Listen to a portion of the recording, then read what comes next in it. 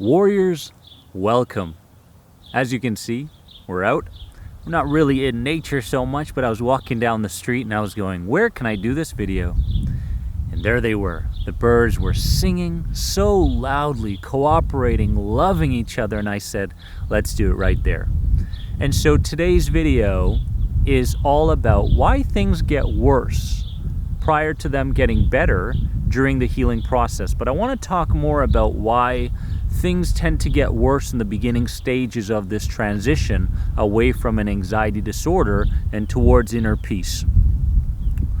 You know, the best analogy that I can come up with is kind of like playing with a soccer team for a long period of time, years and years and years.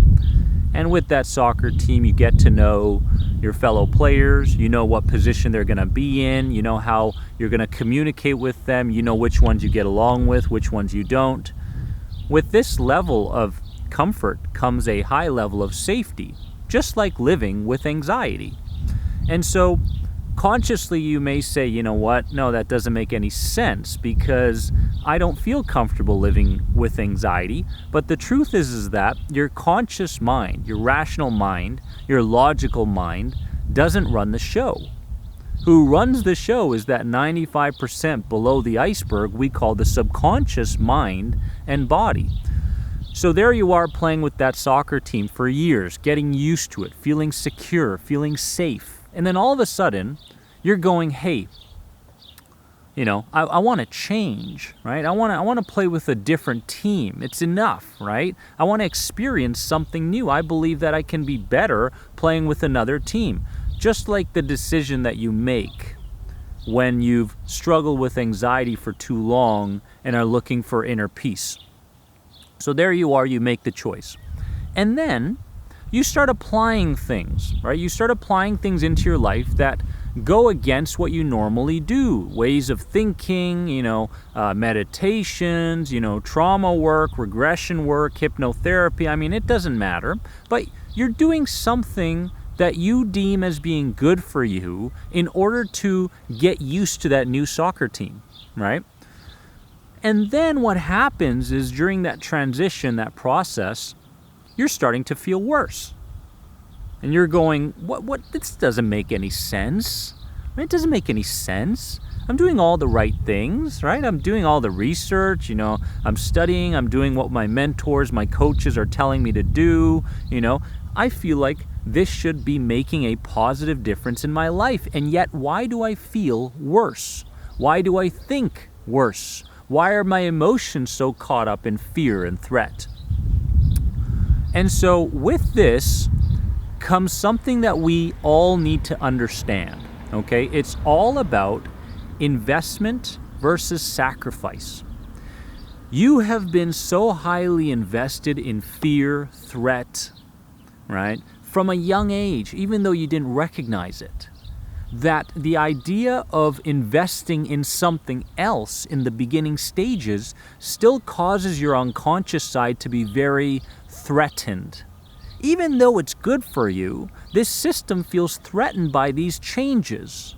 So there you are, invest, fear. Mom did it, dad did it, I'm taking on their behaviors, these are my developmental figures, they must be right, I'm told that I'm this and I'm that, this is my identity. The investment for years has been in this little ball.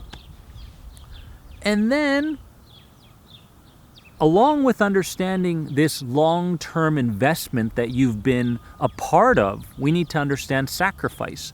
Sacrifice is all of those things that I've invested in now need to be thrown in the garbage, because it's not until you feel like the majority of your identity has died, literally. It's kind of like the Matrix movie, right? Where Neo goes through this whole process of reincarnation, where he's asking a lot of questions, right? He's wondering what it's like to live in this new world, inside and outside, because that's what happens when you overcome an anxiety disorder.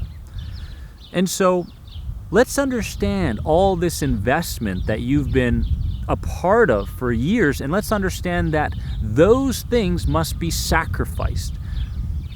Now, when you're in the healing journey, this transition, we must come into this transition with a different perspective, with a new mindset. The mindset is that when I apply new ways of thinking, perceiving things, I'm exposing myself, I'm regressing back into the past traumas and such, it's going to be very, very uncomfortable.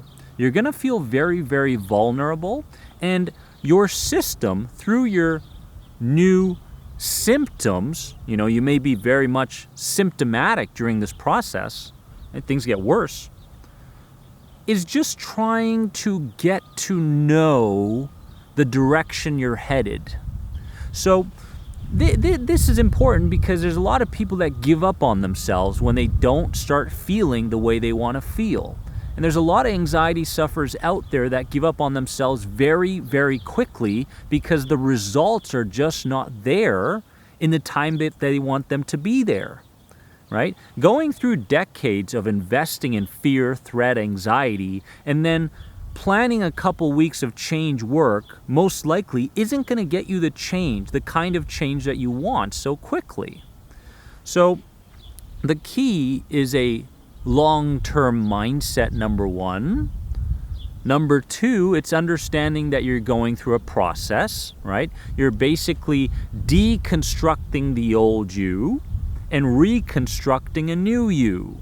And in between the deconstructing and the reconstructing, you're going to find that there's some weird things that start to happen. When those weird things show up, don't give up on yourself and what you're doing.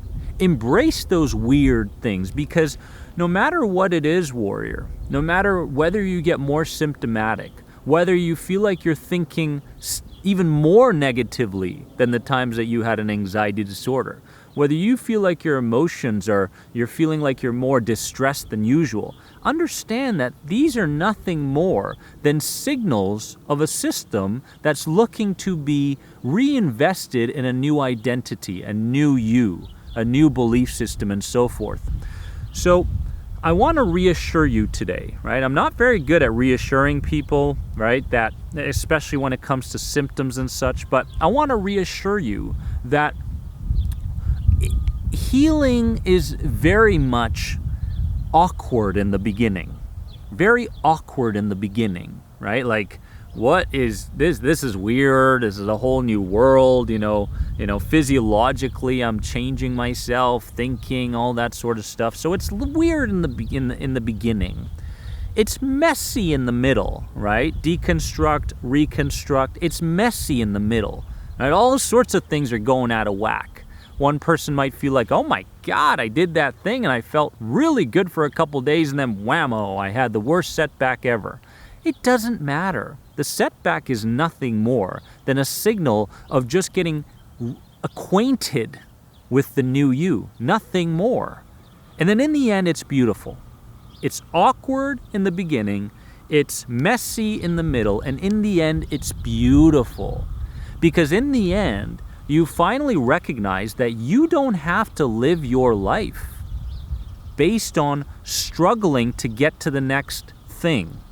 A lot of people focus too much on the consequences of change rather than focusing on the benefits of change, and that's a big problem. What you want to make sure you do every single day is build the skill that is focus and say, you know what, these are the benefits long term to what I'm doing for myself right now. And if you focus on the benefits, you're never going to waver. Right? You're not going to go in that direction, in this direction. You're not going to give up on yourself. You're not going to talk yourself out of change. So it's very important that you understand this message today. Okay, no matter where you are in the healing process, your healing is inevitable. It's inevitable that you are going to reconstruct yourself just like Neo did in the Matrix when he took the red pill and he said, no more blue pill. I'm done living this sleepy life, being programmed by the outside world, because that's what anxiety is. You've been programmed by people that had good intentions. A lot of people had bad intentions, right? If you look at the media and so on and so forth, but that's not important. What's important is that you understand the journey, and you understand this journey very, very well, and you embrace every single part of that journey and find that you're no longer living in a world where you are perceiving things as either good or bad. Okay? Being more symptomatic is not bad. Having negative thoughts during the process is not bad. Being more emotionally distressed, even depressed, which I was for many months during the healing journey, is not bad. These are all signals of being reacquainted with the new and divine you. Healing anxiety is very much a spiritual awakening. It is. And if you don't embrace that spiritual awakening and everything that comes with it, then you're just going to scatter back to what's comfortable, your old soccer team. And although your old soccer team, comes with a significant amount of safety and security, you know how good that soccer team can be. It can't get any better than what it already is. If you want to live that kind of life, that's fine, right? You will cope and manage your anxiety for the rest of your life, but we're not meant to live that way. We're not meant to live in a little bubble. We're not meant to live by seeing everything in a threatening manner from moment to moment. We're meant to live by embracing everything, by seeing the good in everything, by understanding that every day that you live is already its own miracle.